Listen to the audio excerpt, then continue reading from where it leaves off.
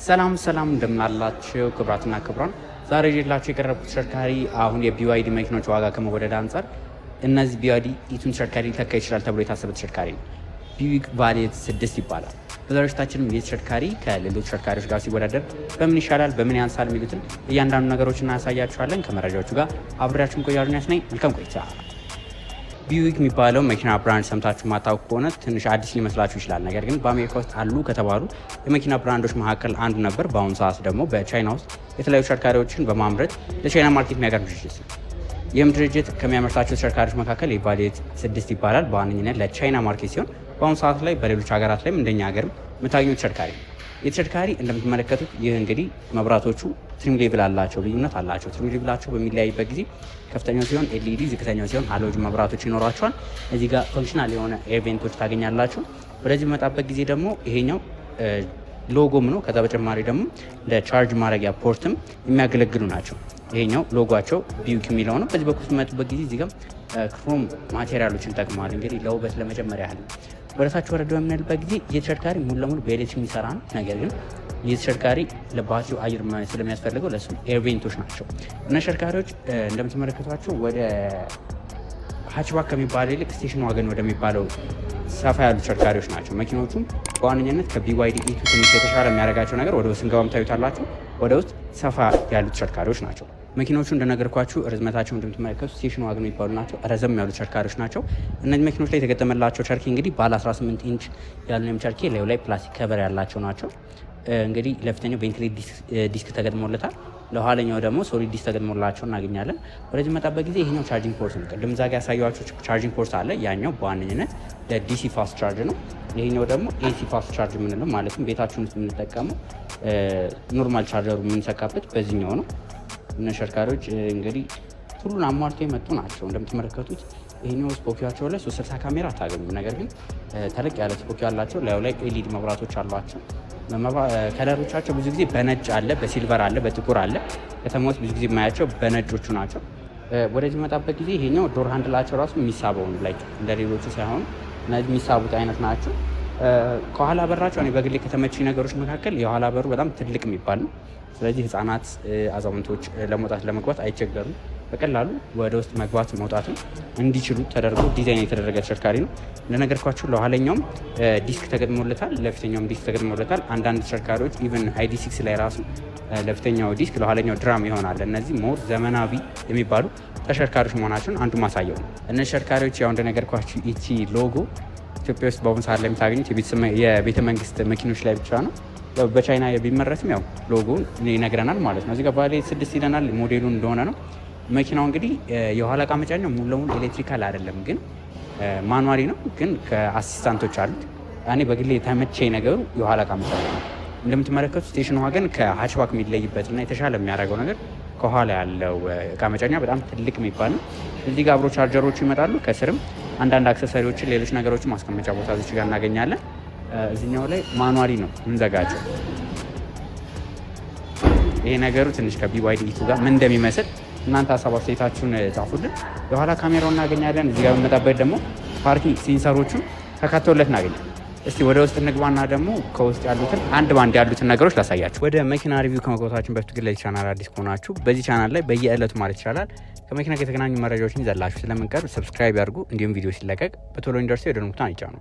ወደ መኪና ውስጥ ገጽታ በምንገባበት ጊዜ የመኪናው ውስጥ ገጽታ እንደምትመለከቱት ትንሽ ወደ ከሌግዣሪ ዝቅ ያለ ከኢኮኖሚክ ከሚባሉ መኪኖች ደግሞ ትንሽ ከፍ ያለ ተሽከርካሪ ነው። እንደምትመለከቱት በዚህ በኩል የተለያዩ በተኖች አሉት።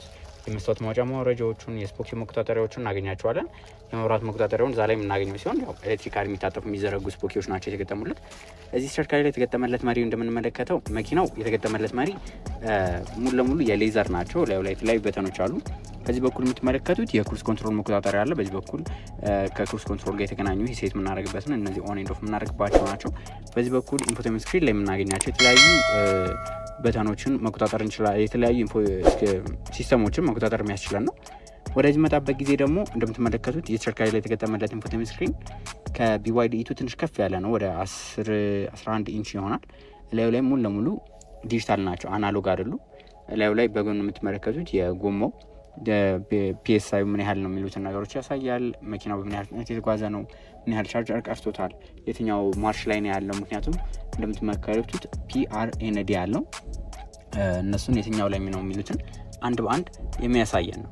ወደዚህ መጣበት ጊዜ ደግሞ ወደዚህኛው ስክሪን በመጣበት ጊዜ ይሄኛው ስክሪን ጥሩ የሚባል ስክሪን ነው። ምክንያቱም ያን ያህል በጣም ሌክዠሪ አይደለም፣ ነገር ግን በጣም ቤዚክ የሚባል አይደለም። ያሉት ነገሮች ለሌክዠሪ መኪና ሳይሆን ከኢኮኖሚክ ከፍ ላለ ተሽከርካሪ ስለሆነ ያሉት ፊቸሮች እንግዲህ እንደምትመለከቷቸው ናቸው።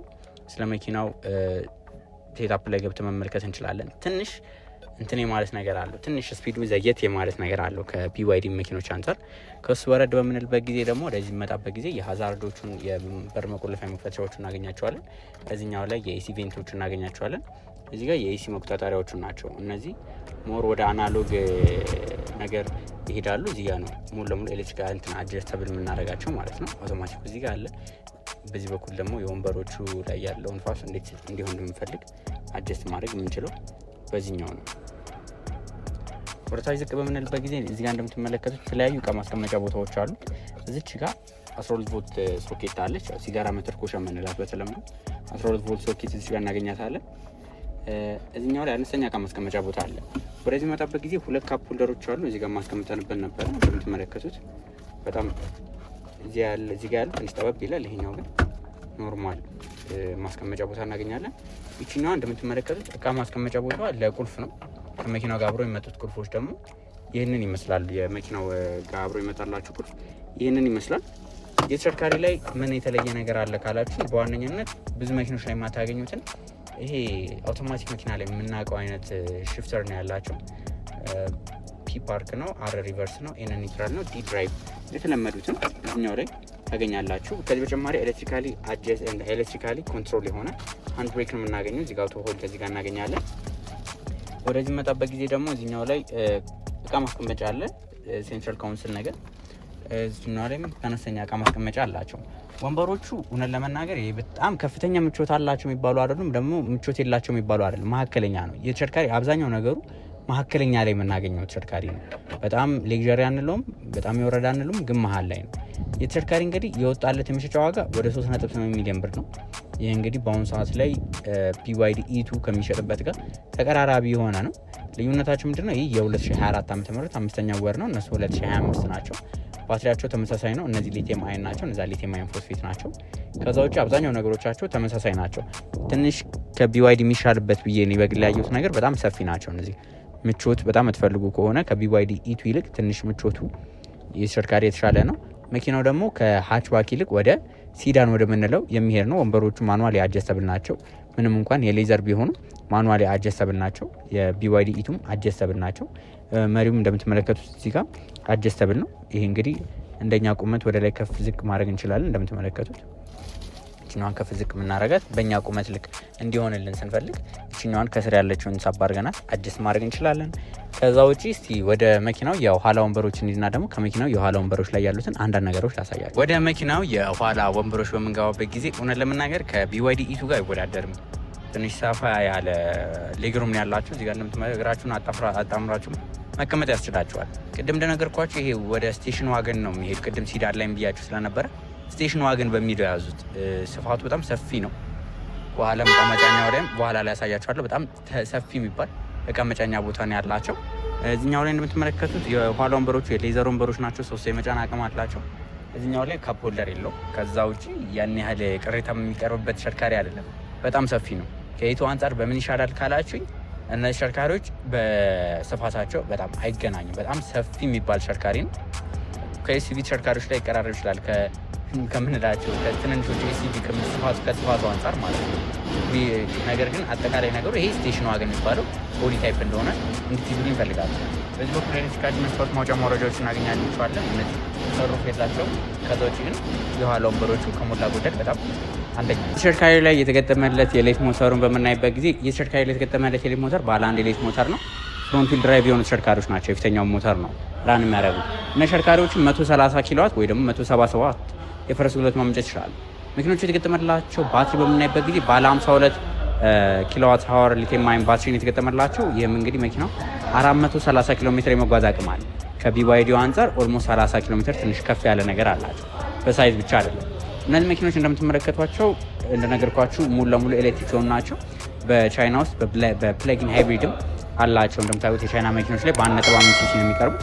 በ1.5 ሲሲ ከዛ የኤሌክትሪክ ሞተር ተገጥሞላቸው ፕለጊን ሃይብሪድም ሆኖ ይቀርባሉ። ይሄኛው ግን ሙሉ ለሙሉ በኤሌክትሪክ የቀረበው ነው። የወጣለትም የመሸጫ ዋጋ በምናይበት ጊዜ የተሽከርካሪ በ3 ሚሊዮን 800 ሺህ ብር ለገበያ ቀርቧል። ከመኪና ጋር የተገናኙ የተለያዩ መረጃዎችን በየዕለቱ መከታተል ከፈለጉ ሰብስክራይብ ማድረጉን አይርሱ። በቀጣይ ሌሎች ከመኪና ጋር የተገናኙ መረጃዎች እስከምንገናኝ ድረስ መልካም ሁሉ ተመኘሁ።